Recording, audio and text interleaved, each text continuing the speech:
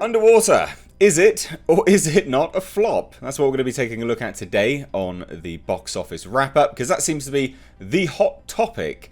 We're also going to take a look at the top 5 box office for the 10th to the 12th of January. It's quite an interesting one this week, so let's get right into it. So Underwater. Right, Underwater. It did not make the top 5 box office for the week. Now, it's interesting because this seems to be a movie which everyone is wanting to hate for some bizarre reason. Not really sure why.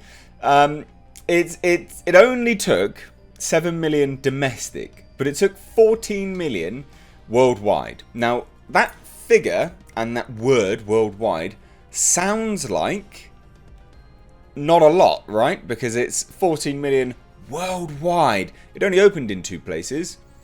As far as I can tell, it only opened in America and Canada. So 14 million is not too bad for 2 markets for a horror movie-ish, sci-fi kind of, in January. Now, it's not particularly great, but it is the projected totals that they wanted for the movie. Now, the movie stars Kristen Stewart, and a lot of people don't like her, and a lot of people have been put off by this movie. But you'll also be really, really surprised to know, I think, maybe, that a lot of people didn't even know this movie existed. I did my movie review of it, linked above. Really, really liked this film, and now I've said that, I know everyone will go, oh, he's definitely biased, he's biased. Whatever. But a lot of comments were coming through saying did not even know this film existed. And unfortunately in January, because January is typically a time and a place where studios put their movies to die. That's where they put them. They don't have faith in them. They just chuck them there. And this is unfortunately a byproduct of the Disney-Fox deal. This movie was actually made in 2017, or at least finished in 2017, and it was put on the shelf for a long, long time. We do know that Disney and Fox were courting one another, trying to get a sale going, and Disney didn't really know what to do with this movie. There was very little marketing for this film, and a lot of people are not aware of it. Now, the time that this film was released, January, is really, really important because, again, it's when movies go to die. Studios are not very, it's not high on their agenda to get a unilateral release for their films in January. Now, a few of those to be noted of. The Grudge, for instance, only released in certain territories. It's not been released in the UK yet. And the same with Underwater. Underwater released in its predominant market first, so i.e. the States and North America, so Canada, and it's not been released anywhere else. It's not available in the UK until the end of the month. Now, that's again a sign of a movie that the studio is not actually that confident in. Now, it can be for a number of factors. They just simply don't know what to do with it, or it could be that they don't really care about it. Now, Disney don't really care about this film particularly. It sat on the shelf for a while. They want to release it so they can earn some money from it, if anything at all. So they weren't intent on getting a unilateral release. Released the same day worldwide, or at least within the same couple of days worldwide. This is, again, sign of the times, is January. Now, again, like I say, it took 14 million worldwide. That was actually what it was projected to make. The domestic total, it was projected to make about 8 million, which it did. It did about 7 million. So not too bad. Not too bad at all. Now, the interesting thing about this film is, well, it had a budget of between 50 to 80 million dollars, which, again, like some people will take a look at and go, well, that's a lot of money. They're not going to make that back. But we can't call it a flop just yet. And you can't. I know a lot of people, like I said, will go, oh, he's biased, he likes the film, oh, he's biased. That's fine, I get that. But it's only just been released. You can't really technically call it a flop just yet.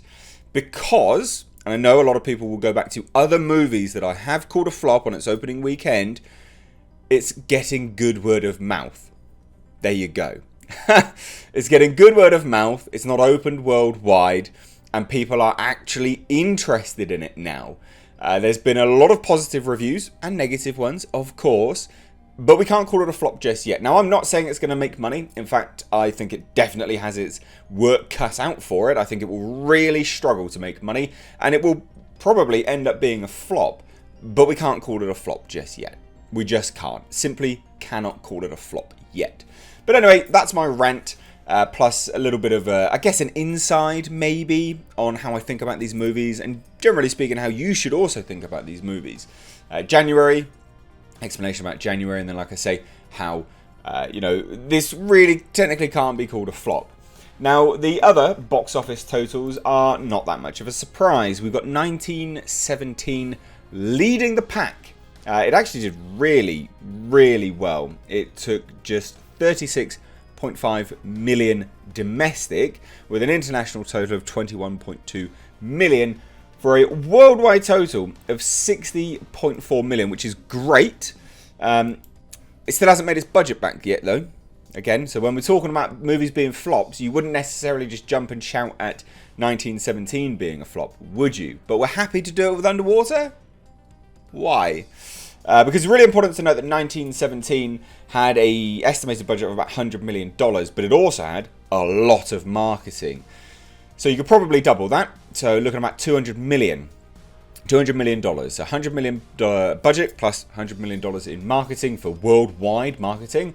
You're looking at it, it will probably make its money back, but whether it goes into profit or not, we don't know. Now, again, when we compare it to the likes of Underwater, and Underwater being a flop, it's had no marketing. No one knew this film even existed.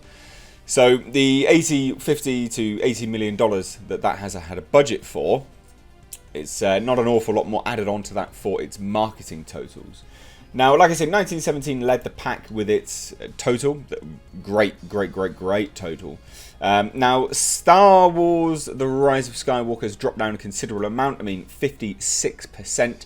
But it's still second place in the box office, at least for the domestic totals. And that took 15 million. Now, not too much of a surprise there. We knew that was going to be the case.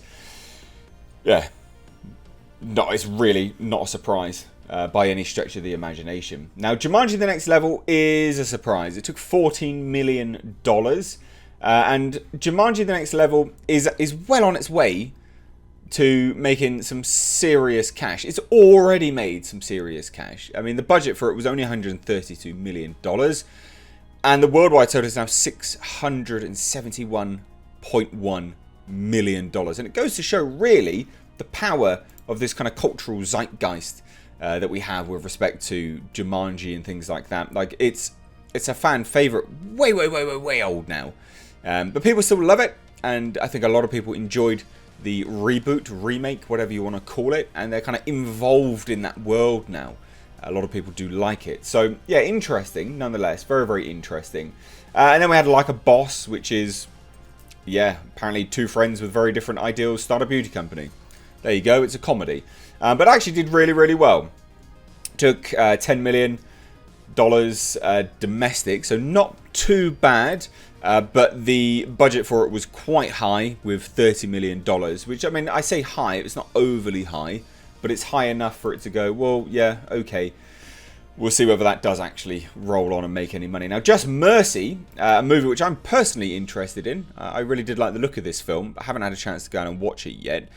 Does not have a rumoured budget, but that did take $10.4 million. So not a bad total for Just Mercy. A film which can't have been made by much. Like, it's not a film which would have been an awful lot of money spent on it. I mean, if we're looking at it comparably to something like a Boss, which was $30 million, I think I just said, it'd probably be about the same. Just Mercy wouldn't have been made for that much. So about 30, maybe $40 million for Just Mercy. $10 million plus marketing. Just Mercy didn't do too much marketing, and neither did Like a Boss either. So those two films will probably end up making some good profit, believe it or not.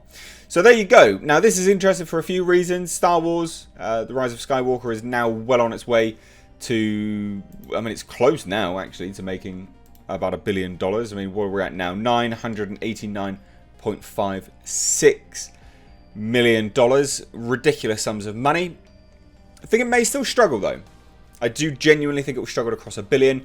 I've done like a breakdown of how this probably won't make too much profit for Disney, but that's kind of all by the by now. There's not really any point in discussing that again. But the main take home for this is actually Underwater, which is why I've left the picture up for this entire wrap up of the box offices. Underwater, genuinely, we can't call it a flop just yet. And like I say, comparably, when we start to look at all the other films, yeah, it's not really a flop. But it's a good film. I highly recommend you go out and watch it. So anyway, there you go. This is the weekly series, the weekly box office wrap-up. What did you think? Please do let me know your thoughts. What movies have you seen? What movies would you recommend? My recommendation for this week is Underwater, genuinely. If you like creature features, go out and watch it. I think you'll be pleasantly surprised. Now, the other movies that I've listed, I will be going around and watching. 1917, like I said, I just haven't had a chance, simply just been too busy. But 1917, I will go out and watch. Just Mercy, I need to double check whether it is actually released in the UK. I have a feeling it's not. Like I say, January, difficult month for movie reviewers because unless you're in the States, you don't really get too much of them. It's a bit of a pain. Underwater, as well, coincidentally, is not released in the UK. I was invited to a press screening, and that's how I got access to Underwater. Anyway, though, guys, like I said, let me know your thoughts down below in the comment section. If you're new here, please do hit subscribe. This is a weekly series. It runs every single Monday. We just wrap up the box office totals for the weekend just gone. So if you want to stay tuned for that, please do hit subscribe. If you want to support the channel further, support me improving this kind of content, which I'm hoping to bring you and entertain you, then please do check out my Patreon. It is linked underneath the video in the description box. We also have merch, so that's underneath every single video in my Teespring store. It's cool designs. Go and check it out. You might like it. Anyway, guys, thanks so much for watching. I'm Mr. H. Take care.